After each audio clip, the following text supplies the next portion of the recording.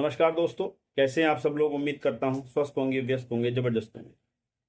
तो साथियों, टेट के फैसले के बाद ऑनरेबल जस्टिस दीपांकर दत्ता जी की बेंच ने एक और निर्णय दिया है। बड़ी खबर है। मामला ये कि स्पष्ट तौर पर माननीय सुप्रीम कोर्ट की इस बेंच ने कहा है कि कर्मचारियों को प्रमोशन की मांगने का कोई अधिकार नहीं है।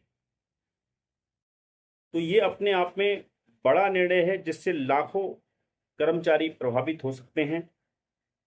कहाँ का मामला है, क्या है, इस पर इस वीडियो के माध्यम से बात करेंगे और क्या माननीय सुप्रीम कोर्ट ने कहा है, इस पर इस वीडियो में बात करेंगे। तो निवेदन है, वीडियो में अंत तक बने रहें। आप सभी साथियों का स्वागत है आपके चैनल गेट सॉल्यूशन में। और साथ ही निवेदन है उन सभी साथियों से जो चैनल पर पहली बार विजिट कर रहे हैं या कहीं ना कहीं लगातार विजिट कर रहे हैं लेकिन चैनल को अभी सब्सक्राइब नहीं किया है, तो निवेदन है वीडियो को दूसरे अपने साथियों तक साझा करते हुए चैनल को अभी के अभी सब्सक्राइब कर लें। बेल आइकन को हिट करना बिल्कुल ना भूलें ताकि इस संबंध में आने वाली जो भी जानकारी हो, नई अपडेट हो, वो आप तक पहुंचती रहे। देखिए साथियों, सवाल ये है कि माननीय हाई कोर्ट उड़ीसा ने उन कर्मचारियों के पक्ष में पहले से ही फैसला दिया हुआ था प्रमोशन के लिए, लेकिन सरकार उसको इम्प्लीमेंट करने को तैयार नहीं थी।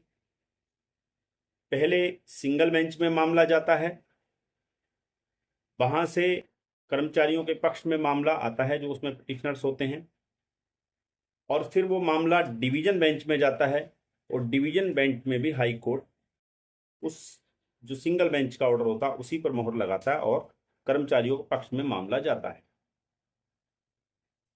लेकिन सरकार फिर भी नहीं मानती और वो माननीय सुप्रीम कोर्ट में अपील दाखिल कर देती।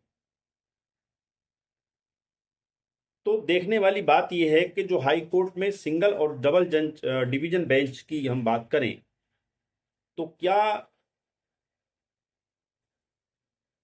वहां पर कुछ आर्गुमेंट नहीं हुए होंगे, जो पूरे का पूरा फैसला सुप्रीम कोर्ट में पलट गया।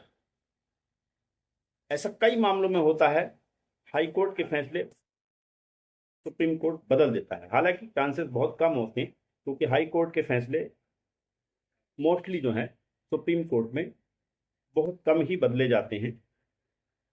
लेकिन इस फैसले में जो है दीपांकर दत्ता जी ने और जॉर्ज मसीह जी, जो दोनों जजों की बेंच ने निर्णय दिया है।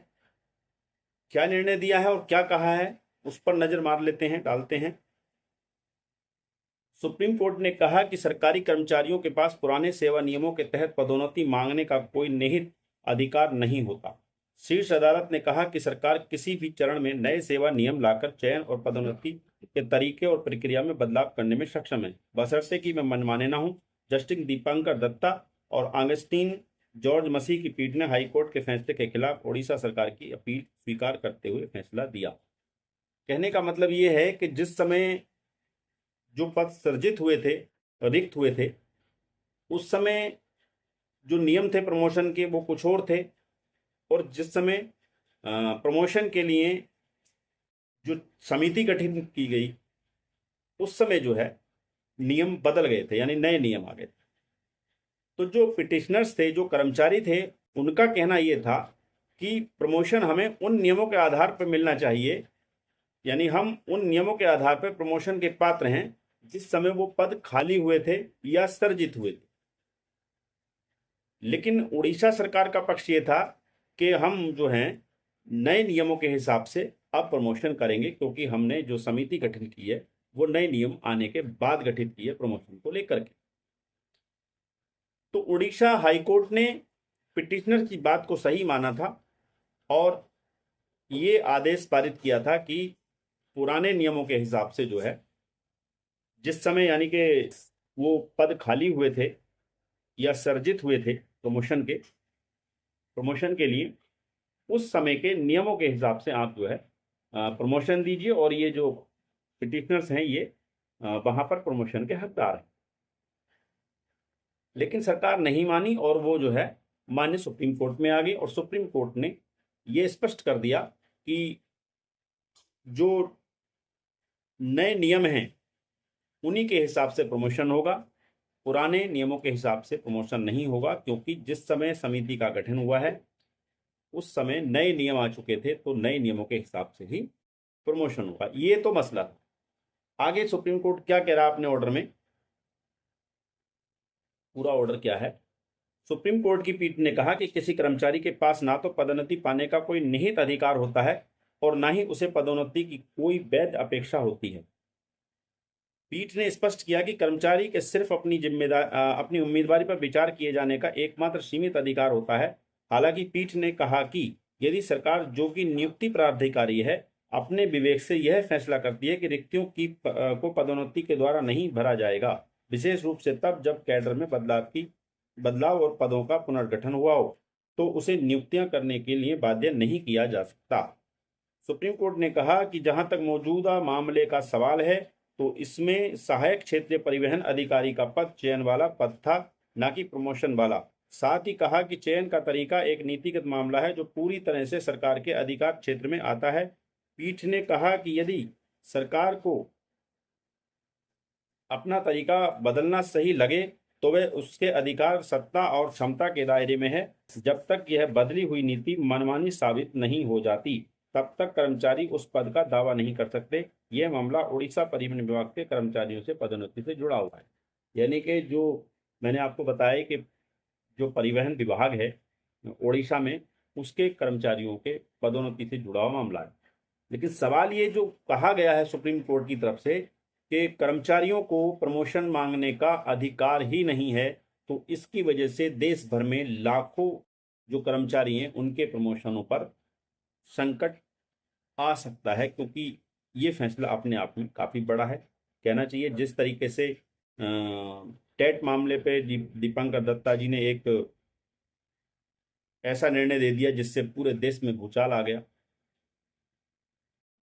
उसी तरीके का ये एक निर्णय है जो आगे जाके प्रमोशन में लोग जो कर्मचारी हैं उनके लिए परेशानी का सबब बने।